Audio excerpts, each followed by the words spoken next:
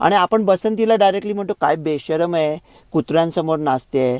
अरे तिला सहन होत नाही, सांगता येत नाही, तर तिच्या काय डोक्यात आहे ते विचारून घ्या ना. आयुष्यभर तुमच्याशी चांगला वागलेला डॉक्टर आज दुसरेपणे वागतोय, तर तेवढंच लक्षात ठेवायचं का त्याचं काय दुखतंय खुपतंय ते बघायचं. आणि या प्लॅटफॉर्मवरून आठवलं, मी डोंबिवली येऊन चाललो होतो दादरला. एवढी गर्दी होती, मला वैताग आला. मी उलट्या दिशेची ट्रेन पकडली. म्हटलं दादर राहू दे, टिटवाळ्याला गणपतीचं दर्शन होईल. तुम्ही गाडी तर पकडा यार, पुढे काम काय करायचं आहे ते मग बघू.